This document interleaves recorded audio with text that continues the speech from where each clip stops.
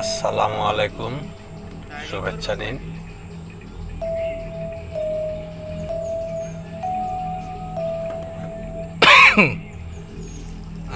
গাছটি তো দেখে মনে হচ্ছে যে এটি একটি পাকড় গাছ। আর অসৎ গাছকে পাকড় গাছকে বলে নাকি আমি ঠিক বলতে পারবো না। এটি পাকড় গাছ, কিন্তু কেউ কেউ বললো বট গাছ, আসলে অনেকে গুলিয়ে ফেলে। বট গাছ শিকড় নামে কম বেশি, আর এটি হলো পাকড় গাছ, তবে অনেক পুরানো গাছ। আচ্ছা, তো এই যে ছেলেপেলেরা বললো যে ভিতরে নাকি এটি নামা যায়, এরকম একটি গর্তর মতো আছে, সেই যে বাউবাব পানি ধরে রাখার গাছের মতো। এটা কি আগুন লাগা দিয়েছিল কি কারণে? ভূতের জন্য না সাপের কারণে? বিলাই গাবড়া, গাবড়া ওই যে বাগডাসা বা এগুলা। আচ্ছা, বাগডাসা কি এখন চোখে পড়ে? বাগডাসা কি চোখে পড়ে? গাবড়ার চেয়ে ওই যে কুটি কুটি।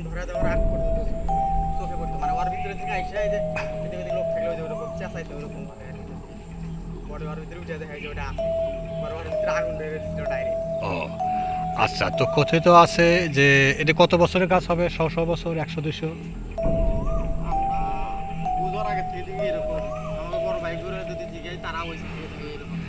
আচ্ছা, এটি আসলে অনেক বয়স্ক একটি পাকুড় গাছ।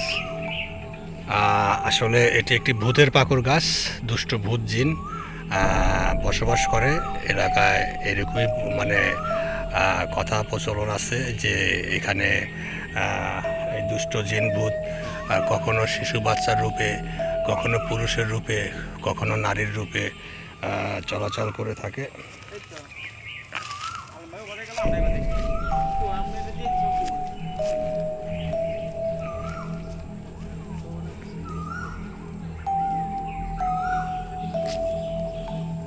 এখানে এসে আসলে এই আড়া জঙ্গলের বিভিন্ন বন জঙ্গলের লতা পাতা এগুলো খুঁজতে এসে এখানে জানতে পারলাম ওই যে পাশে, ওই যে দেখতে পাচ্ছেন ওই পাশে যে ইটি, ওইখানে মাকাল গাছ, মটার, আরও বিভিন্ন প্রজাতি বেতের আড়া, বেত গাছ পেলাম। ওখানে অনেক উপর পর্যন্ত সেগুলো কেটে ফেলেছে।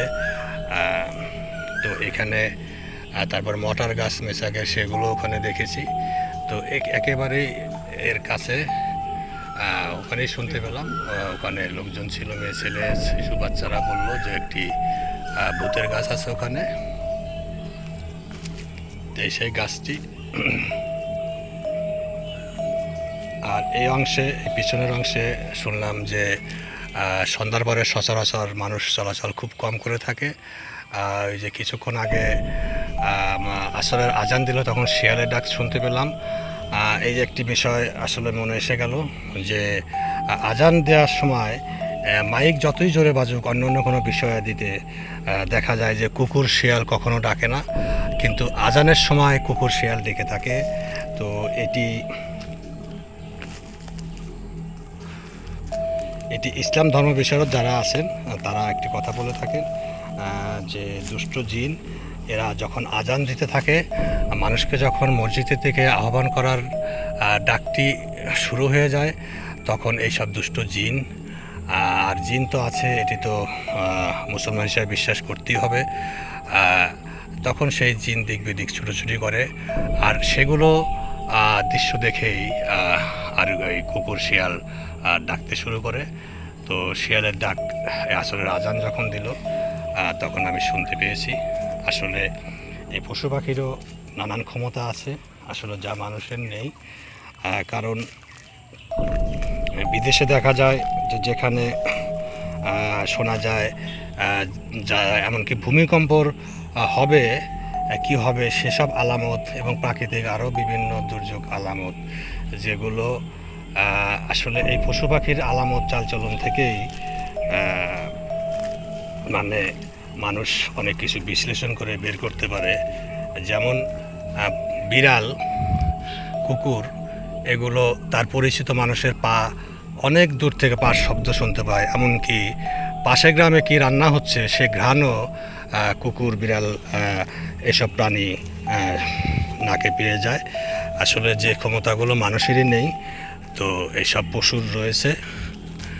তো এই গাছটি সাপ থাকতে পারে। গাছটি অনেক পুরানো।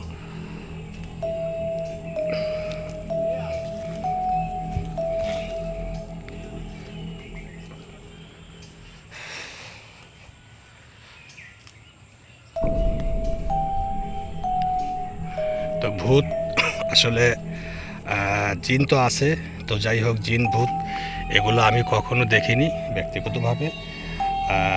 দেখেছে এমন লোক দু একজনকে পেয়েছি, কিন্তু এই সময় ওভাবে কাউকে পাইনি। আগের দিনে শুনেছি। তবে আমার এক চাচা ছিলেন কবিরাজ গ্রামে, তো মনে আছে যে উনি এমনি আমাদের নানান গল্প শোনাতেন, ভূতের গল্প।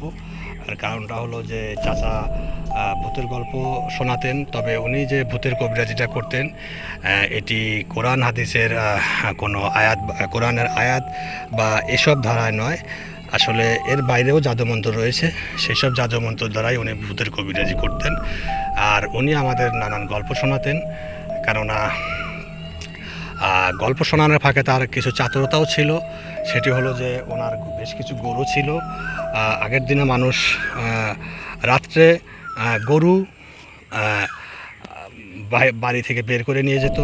দেখা যেত যে কলাই, বিশেষ করে খেসারি কলাইয়ের ক্ষেত, তারপরে আখ ক্ষেতের আগা, এগুলো ওই গরু লাগিয়ে দিয়ে খাওয়াতো। তো আমার ওই চাচা এগুলো করতেন সম্ভবত। যাই হোক, উনি দুনিয়াতে নেই। সৃষ্টিকর্তা ওনাকে আসলে মাফ করে দিক। আর আমি আসলে উদ্দেশ্য থেকে এগুলো বলছি না। তো যাই হোক, আমাদের ছেলেপেলেদের আমাদের এগুলো শোনানোর উদ্দেশ্য ছিল, সেটি হলো যে আমরা যেন রাত বিরাত না জাগি। কেননা ছেলেপেলেরা একটু দুষ্টুমি করে রাত বিরাত জাগে, এদিকে ঘুরে ওদিকে ঘুরে, অন্ধকার রাতে, জ্যোৎস্না রাতে। তো এগুলো ঘুরতে গেলে তো আসলে চাচার এই গরু নিয়ে বের হয়ে অন্যর ফসল খাওয়ানোর দৃশ্যগুলো চোখে পড়বে। তো আমাদের এই জন্য উনি ভূতের গল্প বলে ভয় পাইয়ে রাখতেন, যাতে আমরা রাত বিরাতে এদিক ওদিক না যাই। বিশেষ করে বাড়িতে রেখে ফাঁকের একটু চড়াচাড়ি যেগুলো আছে ওগুলো তো আমরা বিচরণ না করি। আর এইসব ভূতের গল্প শোনাতেন। তবে এই ভূতের এই যে পাকুর গাছটি, তবে ওই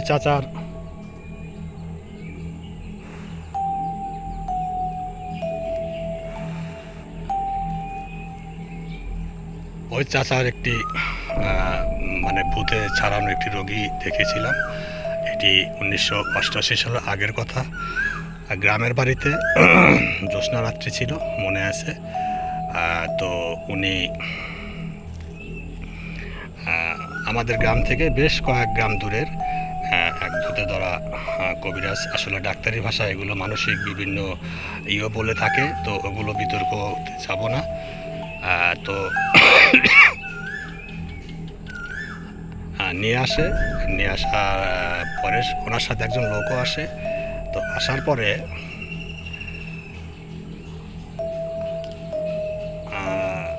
আমরা তখন ছেলে পেলে, তো আমরা সব জুটে ফুটে সব হাজির হলাম ভূত ধরা লোক দেখতে। ওটি সম্ভবত আমি আমার জীবনে প্রথম দেখেছিলাম ভূত, প্রথম এবং শেষ ওইভাবে। আর দেখার সুযোগ হয়নি। তো ওখানে একটা আশ্চর্য জিনিস দেখেছিলাম, যে সেই ভূত যাচ্ছিল না তার কাছ থেকে।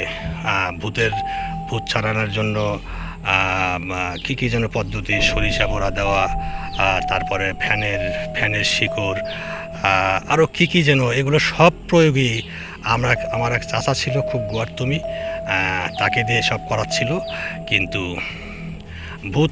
ওই ভূতে ধরা লোক আরও উল্টে তার মুখ দিয়ে বলছে যে তুই কি করবি আমাকে, তোর চেয়ে আমি অনেক বিদ্যা ভালো জানি।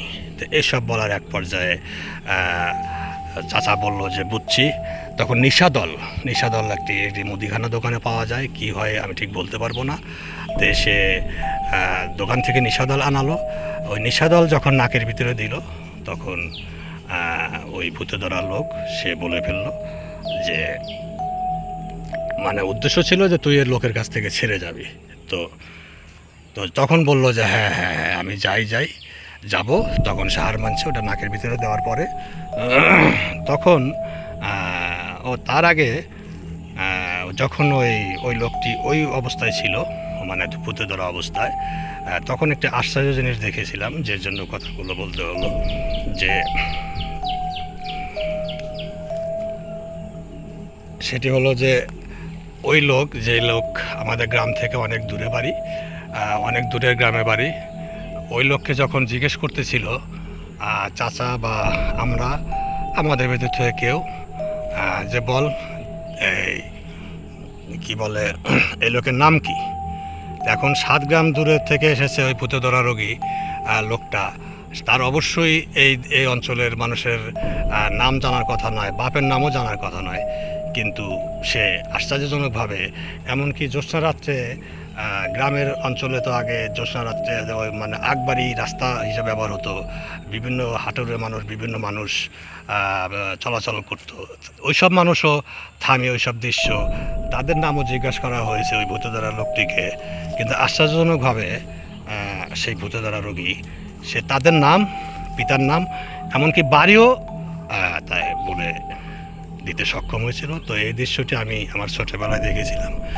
তো আসলে ভূতে ধরা এখন এটি আমার কাছে একটা আশ্চর্য লাগে, যে একটি মানুষ, ডাক্তারি ভাষা যাকে বলে আসলে মানসিক বিভিন্ন বলে, কিন্তু আসলে একটি অনেক দূরের অজানা গ্রাম থেকে, অনেক দূরের গ্রাম থেকে একটি লোক আর এক জায়গায় কবিরাজের কাছে ভূত ছাড়াতে গিয়ে, নিজের চিকিৎসা করাতে গিয়ে, সে তার নাম, তার পিতার নাম, তার গ্রামের নাম, এবং কি আগন্তুক পথচারীদেরও পরীক্ষা, সেগুলো সে বলতে পেরেছিল। তো এই জিনিসগুলো আসলে মনের ভিতরে নাড়া দেয়। তো আর তখন যেহেতু কথাটি উঠলো, তখন আমার চাচা কবিরাজ জিজ্ঞাসা করলেন ইয়েকে, ওই যখন নিশাদল দেওয়ার পরে যখন ভূত ছেড়ে গেল, সে হার মানলো, হার মানার পরে এর আগে কী পোড়া দিয়ে নিয়ে সব এগুলো, তো যেগুলো আমরা গন্ধ পাচ্ছিলাম দুর্গন্ধ, সেগুলো তো ছাড়ছিল না। তখন ওই যে বললো যে বল তুই এর সাথে কীভাবে, কোথা থেকে এসেছিস, তোর ধর্ম কী, এইসব। তখন সে ভূত বলল যে আমি আসলে মুসলমান, আমি ময়মনসিংহ লাইনে ট্রেনে বাদাম নাকি বিক্রি করতো, হকারি করতো। তো এখন ট্রেনের ভিতরে কোনো যাত্রী নাকি টিটি কী নিয়ে যে একটা ঘটনা হওয়ার পরে ওই হকারকে ট্রেন থেকে নিচে ফেলে দেওয়ার পরে ওই হকার মারা যায়, আর তার পরিবার ওইভাবে কেউ জানতে পারে না। আর জানাজাহীন, যাই হোক, ওই লোক ভূত, সে ওই লোকের সাথে ওই লোক বলতেছিল যে তখন থেকে আমি ভূত হয়ে যাই। আর এই লোক, এটা হলো জামালপুরের সরিষাবাড়ি এলাকা, উনি ওই এলাকায় কাজকর্ম করতেন, মজুরের কাজ করতেন। তো উনি নদী পার হয়ে আসবেন, তো উনি ওইখানে সরিষাবাড়ির ওই জায়গায় এসে, উনি স্থলে এসে প্রস্রাব করতে বসেছিলেন। প্রস্রাব করতে বসার পরে তো ভূত বলতেছিল যে এই লোক আমার ঘাড়ের উপর দাঁড়ায় প্রস্রাব করতেছিল। তোরা ওখানে, তখন আমার চাচা কবিরাজ বলেন, তোরা ওখানে কী করতেছিলি? এই যে বাকর গাছটি, ভূতের বাকর গাছ। তখন ভূত বলতেছিল যে আমরা কয়েকজন মিলে ওখানে গুডু খেলতেছিলাম, অর্থাৎ আমাদের জাতীয় খেলা হাডুডু খেলা তারা খেলতেছিল। ভূত নাকি হাডুডু খেলে। তো যাই হোক, তো যে ভূতটি ধরেছিল ওই হকার ভূত, তার সাথে ওই যখন তার ঘাড়ের উপর পাড়া দিয়ে প্রস্রাব করতে বসে, এবং সে নাকি এখন ঘাড়ের উপর পাড়া দিলে সে ঢিল কীভাবে সরবে জানি না, নাকি তার সাথে আর যারা ছিল ভূত, তাকে ফাঁক থেকে ঢিলও দিয়েছে সতর্ক করার জন্য, যে তুই প্রস্রাব করতে বসেছিস আমার উপর পা রেখে। তো সে বুঝতে পারেনি, তারপরে রাগ করে তার সাথে ধরেছে। তখন আমার চাচা জিজ্ঞেস করলেন যে তোরা ভূত পেত কোথায় থাকিস না থাকিস, এটা মানুষ কিভাবে জানবে, কিভাবে বুঝবে? এই যেমন আমি এখন এই গাছটির এখানে আছি, এখানে আশেপাশে কিছু লোকেরও কোলাহল আছে, তো কিভাবে বুঝবো? তখন ভূত বলল যে অচেনা অজানা আড়া জঙ্গল বা ফাঁকা জায়গা যেখানে হোক, এইসব প্রস্রাব করতে গেলে বা করতে গেলে সেইখানে তাকে হাতে তালি দিতে হবে, 2-3 বার 4 বার শব্দ করে হাতে তালি দিতে হবে, 2-4 বার কয়েকবার। এগুলো দিলে আমরা তখন বুঝবো মানুষের উপস্থিতি। যাই হোক, আমরা চলে যাব। তো আজকে 27 এপ্রিল 2025। সূর্য অস্ত্র এই যে লাল আভা, সন্ধ্যা হয়ে যাবে, মাগরিবের আজান হবে। আমার গুণের কুটি চ্যানেলটি ফেসবুকে বাংলায় লিখে সার্চ দিবেন, অলমোস্ট ফেলিং এ পার্ট ইংরেজিতে। ওটি পরিবর্তনের জন্য হয়তো হয়ে যাবে, ইংরেজিতে গুণের কুটি আসবে। আর ফেসবুকে সোজা গুণের কুটি GHU লিখে সার্চ দিলে ইউটিউবে ইংরেজিতে গুণের কুটি, আর ফেসবুকে বাংলায় গুণের কুটি লিখবেন, গয় করে ঘু, অথবা অলমোস্ট ফেলিং এ পার্ট দিলে আমার চ্যানেলগুলো আপনারা প্রচুর দেখছেন, দেখতে থাকুন। প্রচুর সাড়া পাচ্ছি, তবে আপনারা আমাকে লাইক, সাবস্ক্রাইব, ফলো এগুলো করছেন না। আসলে এগুলা কিন্তু যেভাবে আপনারা আমার ভিডিও দেখছেন তাতে আসলে আমি এগুলো আপনাদের কাছে বলতেই পারি, লাইভ, সাবস্ক্রিপশন, ফলো এগুলো না করলে আসলে এগিয়ে যাওয়া সম্ভব নয়। আপনারা এগুলো করবেন। আর একটি কথা হলো যে যেটি বারবার বলি যে আসলে সঠিক, সত্য, শিক্ষণীয় বিষয়গুলি আপনাদের সাথে তুলে ধরার চেষ্টা করব। এই যে ভূতের ভিডিওটি, এগুলো সত্য মিথ্যার বিতর্কটা পরে, এগুলো কথিত, এগুলো মানুষের ভয়, ধারণা, চিন্তা এগুলোর ভিতরে বিদ্যমান। আর জিন তো রয়েছে, এগুলো মানুষের চিন্তা, চলার, ভাবনার খোরাক। হ্যাঁ, তো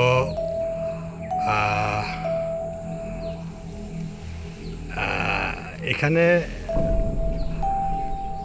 আসলে শুনলাম যে শুধু এই গাছটি, এই পাকুর গাছটি নয়, এই আঙিনা, ওইদিকে আড়া, এদিকে ঝোপঝাড়, এগুলো রাত্রিতে মানুষ আসে না। আবার শুনলাম যে ওই যে কোনায়, ওইখানেও এইসব দুষ্ট অশরীরী ভূত জিনের চলাচল আছে। তো বৈদিক, তো যাই হোক, ওই যেটি যে আমার চাচার কবরাজি ভূত ছাড়ানোর সেই রোগের কথা বলতেছিলাম, যে তখন সবাই বললো যে তাহলে তোরা তো কীভাবে থাকবি, বুঝবি কেমনে, হাতে তুলে দিয়ে বা গলায় কাশি দিয়ে এইভাবে সতর্ক এইসব দুষ্ট জিনিসদের করতে হয়। ওরা বুঝে যায় যে এখানে আসলে গাছ, বৃক্ষ, ফাঁকা জায়গা, এগুলো প্রস্রাব করার আগে, চলাচলের আগে আসলে এগুলো মানুষের উপস্থিতি জানান দিতে হয়। এটি আসলে ওই রোগীর সাথে থাকা যখন তার ভাষ্য ছিল। তো যাই হোক, ওই আর আমাদের আর তখন যখন ওই ভূতটি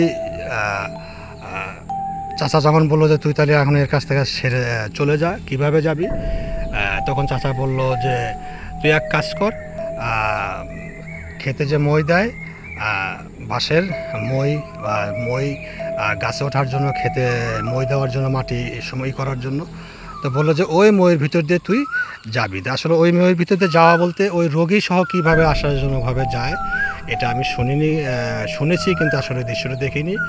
তখন ওই ভূতে ধরা রোগীর মুখ থেকে তখন বলতেছিল যে না না না হুজুর হুজুর হুজুর। তো বললো যে হুজুর এতক্ষণ তো বস মানতেছিলি না, না না হুজুর হুজুর আপনি উস্তাদ। তো ঠিক আছে, তাহলে তুই কীভাবে যাবি? তো কয় না হুজুর আমাকে এতটুকু কষ্ট দিয়েন না, এই বলতেছিল আর কি, আমাকে ওই মইয়ের ভিতর দিয়ে নিয়েন না। তো বল ঠিক আছে, তাহলে তুই এখান থেকে একটা গাছের ডাল ভেঙে দিচ্ছি, ওই ডালটা নিয়ে এসে তোর এখন তুই উড়ে যাবি, বোঝা যাবে যে তুই গেলি। কয় যে না হুজুর, ও না ওইরকমই মনে হয় কী যেন একটা বলতেছিল। যাই হোক, তো তখন ওই আমার কবিরাজ চাচা উনি বললেন যে না, তোকে ওইভাবে একেবারে মুক্ত, তুই দুষ্ট প্রকৃতির ভূত, তোকে ওইভাবে যেতে দেওয়া যায় না, তুই মানুষের ক্ষতি করবি, তোকে বরং বন্দি করে রাখি। তখন এখানে আঙিনাও আসলে অনেক মটার গাছ দেখতে পাচ্ছি, খুঁজেই পাই না, কিন্তু এখানে অভাব নেই।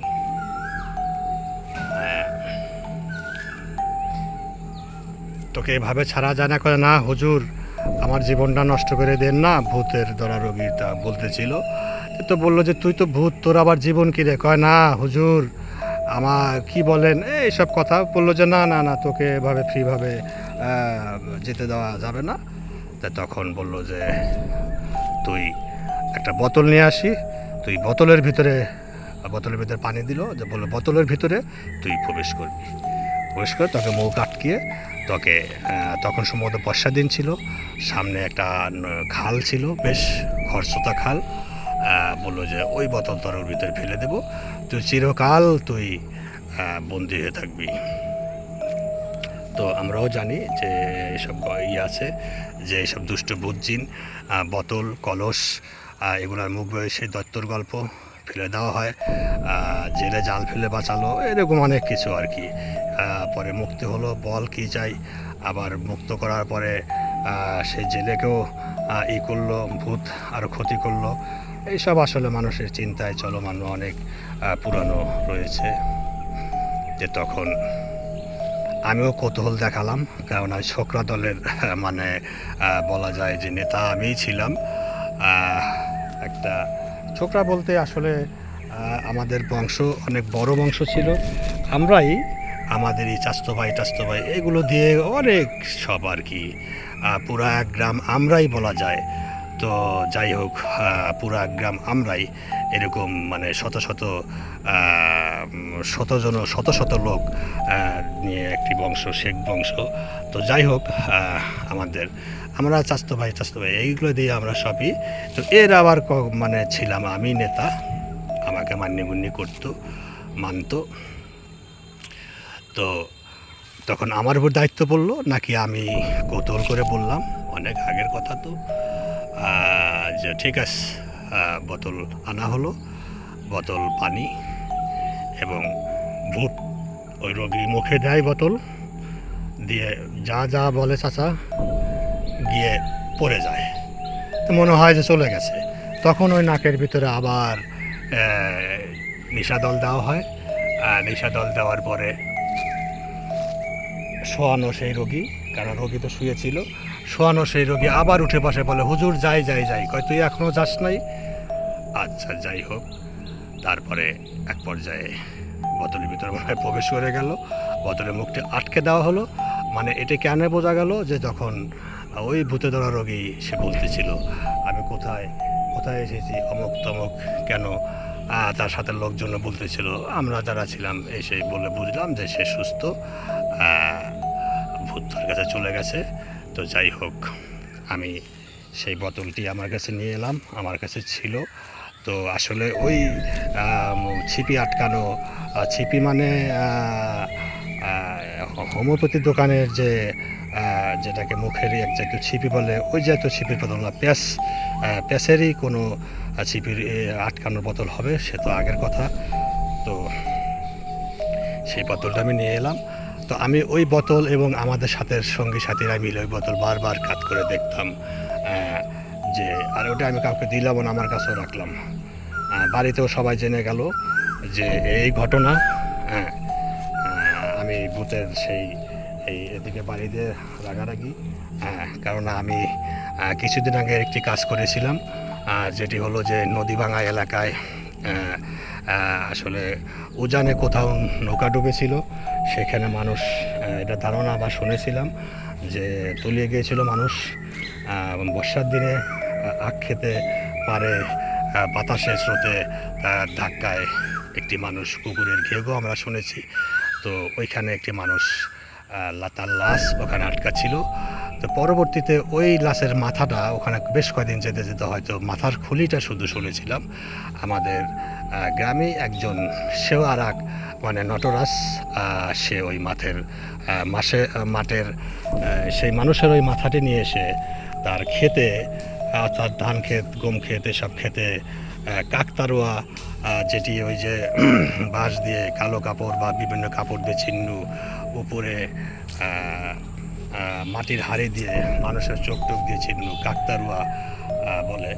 তো ওই লোক করেছিল কি তার জমিতে, আমাদের গ্রামেরই, সে কে ঠিক আমার মনে নেই, সেও আমার বংশেরই কেউ হবে, কারণ ওইরকম গসকম লোকজন ছিল, বিশেষ করে আমাদের চাচাদের ভিতরে।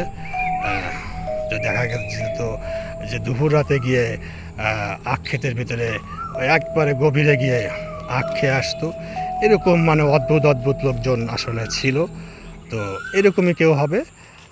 তারা ওই সে মাথাটি এনে তার খেতে কাকতারুয়া হিসাবে বাঁশের আগায় দিয়ে দেয়। আর পাখালে ভয় পাইতো কিনা। তো আমি আবার লাগানোর 2-1 দিনের ভিতরেই হবে আমার চোখে পড়লো, এবং আমি সেই মাথাটি এনে আমার বাড়িতে আমার রুমে রেখেছিলাম। তো এ দেখে বাড়ির লোকজন সবাই খুব মানে করলো। তো যাই হোক, সেই মাথাটি পরে সরিয়ে দিয়েছিলাম, কোথায় কি ঠিক মনে নেই। আর এর ভিতরে তো সেই মানে এই ভূতে ঢোকা বোতল কাছে, তো পরে কি করেছিলাম এটাও আজ খেয়াল নেই।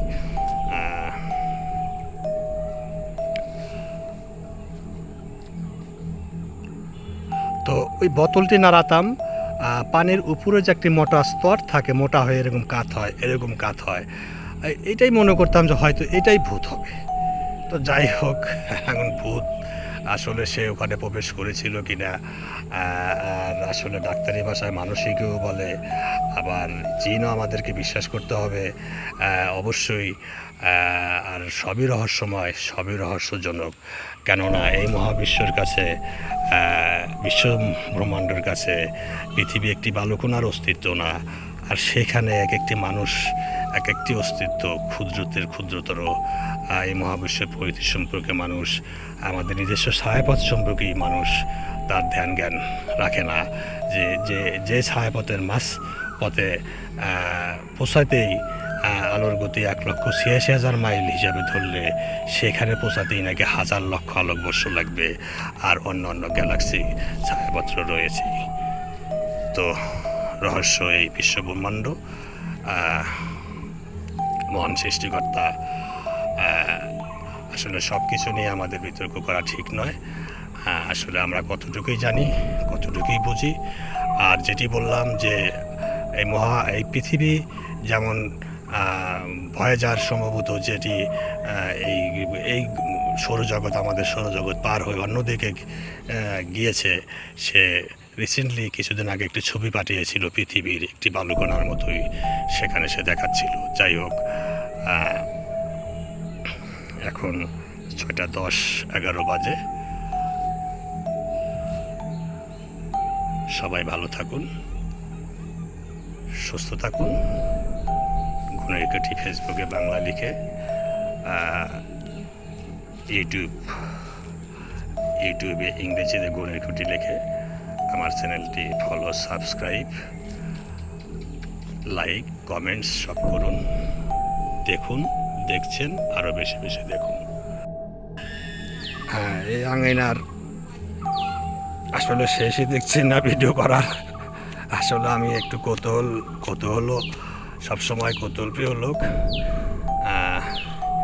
এই বিশাল আঙিনাটি, যে ওই যে পাকুর গাছ যেটি বললাম, ভূত জিনের বসবাস, এখানে এর চেয়েও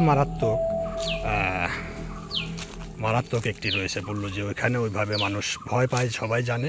তবে এইখানে আমারও কেমন একটা গা ছমছম। এটি এই যে কামরাঙ্গা গাছ, এই গাছটির কথা বললো। এই গাছটি, এটি ভয়ঙ্কর ভয়ের জায়গা।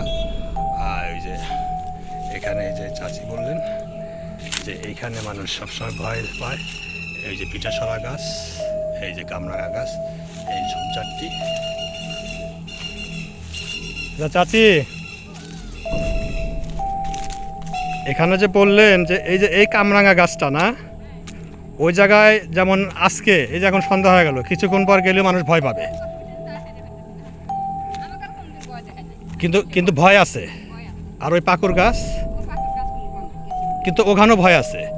কিন্তু এই কামরাঙ্গা গাছ, এটা ভয় আছে। আচ্ছা, এই গ্রামের নাম কি? ডুমুর, মানে ডুমুর গোলামি।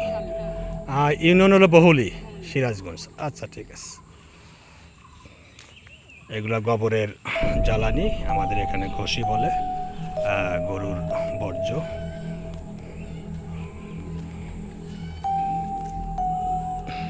সোনাল গাছ, এক বুনো গাছ। আসলে এগুলো মানুষ হালে গাড়ে লাগায় বিভিন্নভাবে এগুলো হয়েছে।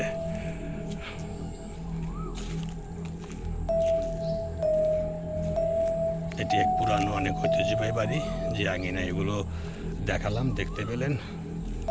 দেখতে পাচ্ছেন।